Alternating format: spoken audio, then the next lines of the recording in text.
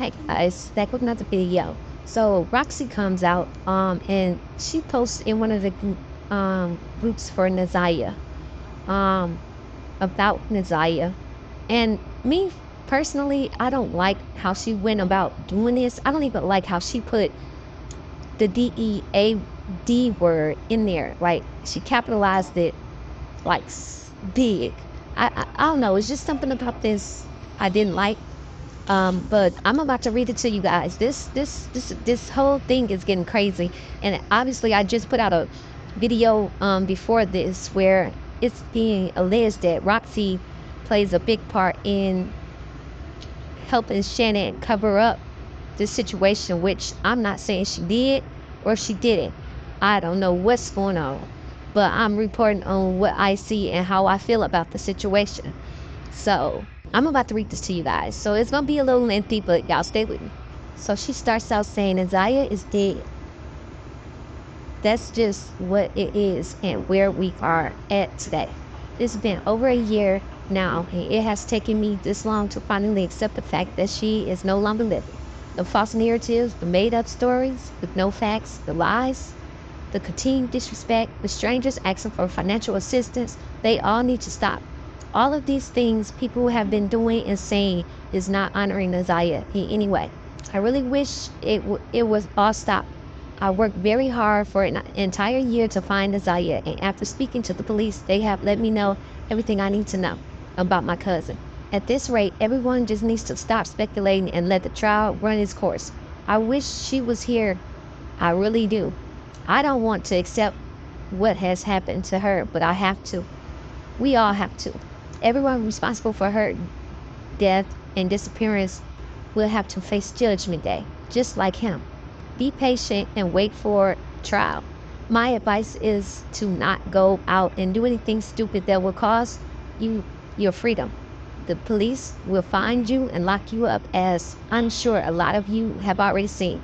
Do not ask me any more questions about this case. I won't be answering any. Wait for trial. Ashwanta Moore, this isn't towards you directly. I'm just making a general statement. I love everyone who has shown genuine love and support from the start. It means a lot. I know a lot of us are affected by this. This is why we have to work together in our communities, neighborhoods, and as a unit worldwide to change policies, procedures, and protocols within our communities all over the world. It's imperative that we begin to pay attention and use this situation with Nazaya to be more vigilant. My cousin is gone, but we can all work together to make sure her name stays alive and prevent this from happening to other young girls and women. Now I'm trying to figure out, why would you tell people don't ask you nothing about Nazaya? You're not answering any questions about Nazaya, like you just all the way done with the situation.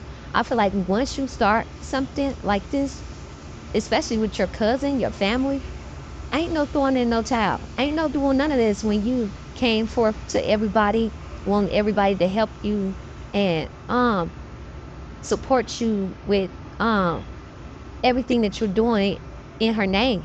Like that's very strange to me. Very.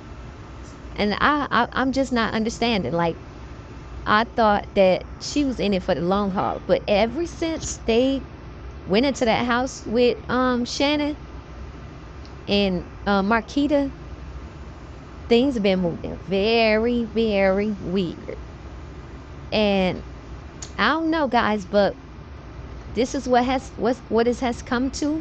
Everybody's gonna wash their hands with Nazaya, except for her two family members that I posted earlier today. Those the only two that I've always believed in from the beginning.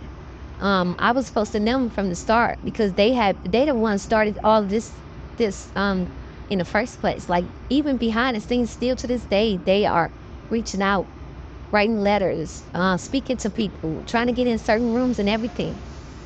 They didn't have the help Roxy had with Mark being able to put her in certain rooms with the news cast people and talking to police, I guess, and all of that stuff.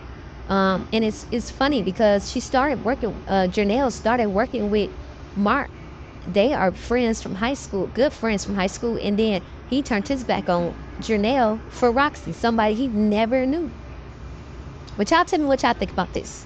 Because me personally, I just feel like she should have never came in stepping on toes anyway, because she came in beefing with Janelle and Kiwana just to get them out the picture, so she can be the face of Nazaya, as if you want to say it like that. It's just a lot. It's a lot to this Nazaya case, and me personally, I'm keep reporting whatever I come across that I feel is credible news. I'm still gonna post, and I'm still gonna just get the word out, because baby girl needs to be found. She needs to be put to rest. All of those things. And it just seems like now Roxy throwing in the towel, shutting down like Shannon and Annette them. What y'all? That's crazy. I'm like really pissed off about this. Like, I just don't understand. But I don't know. Y'all like, comment, subscribe, hit that notification button. Keep me in the algorithm, because I've been doing my big one. Bye. To her, or are they like family friends, or are they just some separately from? One of them that testified is Nazaya's cousin. One is unrelated. The other is his daughter, and the other is unrelated, and another one is unrelated. Okay. All right. Well, yeah. All right. Thank y'all. I would have remembered him specifically, but there was no chains on the refrigerators when I was there, and there's a lot of other people that's saying that there were no chains on the refrigerator either. So I feel like they exposed what they wanted to expose around certain people and certain family members, but like my side of the family that I'm a part of, we didn't see none of that. Right. And Roxy, I just have a quick question for you. This not to bash you, because you came up here, you done spoke your piece, you done answered a lot of questions, and Yeah, me myself, sure. I appreciate that. So when you say you wasn't living in the house, when you look like, did you follow Nazaya on social media? When you looked at like her No, I didn't videos know and about pictures, any of did it Nazaya's ever come to social mind to you? Like, because you know the videos and songs she sang, it was very romantic. It was very like she was romanticizing over somebody. So the thought never came across your mind, even though you wasn't physically there. No, I never seen any of Nazaya's social media until after she went missing. Weird. Okay, all right. Girl, that's what I'm saying. Nobody noticed the baby was pregnant. Okay, Roxy. Somebody said, can you speak to, was the baby seen going into the hotel room with him one day? They have not showed that in the evidence. No, the only thing that they have showed up until this point is a receipt that says that he was there, but we haven't seen any video footage of him walking in at all. Okay, and then somebody said that there's no camera on the back, and they said he often used that door on the back, and there's not a camera on the back. And they said he always I went to the hotel myself, and there is a camera there.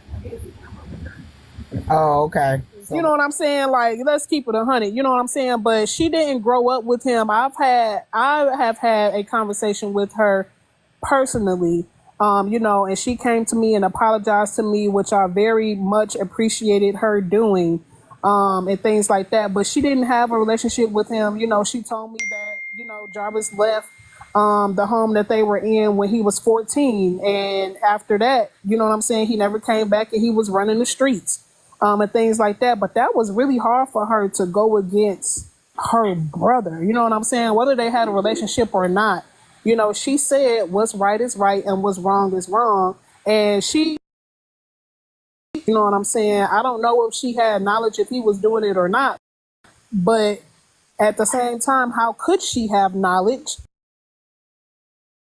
All of these things were going on and she didn't know about, you know what I'm saying? Because she wasn't really in contact or really seen him, like that. That's just like how she don't even know how many nieces and nephews she has because he hasn't been around.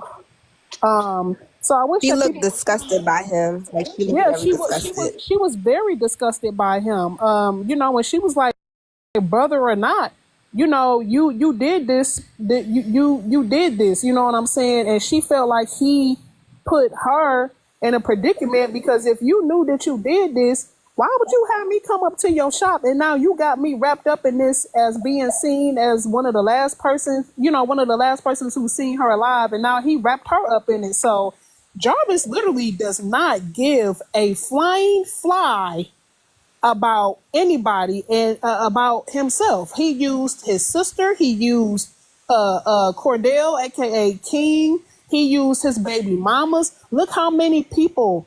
Look how many entities it is a part of. This whole thing. He used Cordell with the car, and then he used his baby mama car, and then he told. He picked her up in somewhere else, and then went here, and then came back to the shop, and then went to a hotel. Like, it's so many different things and so many moving parts. So I feel like people really need to press the brakes on his sister, because she did not have to testify against her brother at all. Yes, I knew she did. From when I talked to the detective or what have you, she said that it was a typo, what have you, but I mean, it's still up there, so I don't know what that is in regards to. So I really don't check up on him. I just look at Jarvis stuff. All right. Hi, Micah, Makai, yeah. Oh wow.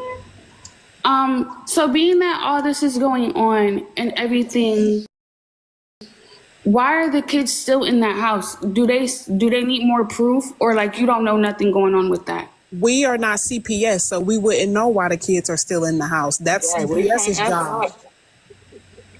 We gotta let the They have to do their job. We don't have control over that. We just related to them. We don't know what's going on in their households. We haven't been in their households. Hell, we don't know why CPS wasn't taking the calls seriously. But come to find out, they were telling the children not to speak. So if the children are telling CPS, I'm okay, nothing is happening, and the right verbiage isn't being used, then CPS has technically done their job.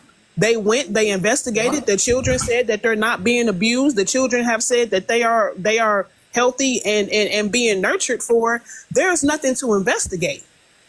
It is probable cause to get those kids out of there because of this man that was around these children. That's the part that people not realizing. It's probable cause now because this has been blown up in the social media, but before then, there was no probable cause. But now the kids should be removed, is what I mean, they should, but then again, we don't work for CPS. And then also,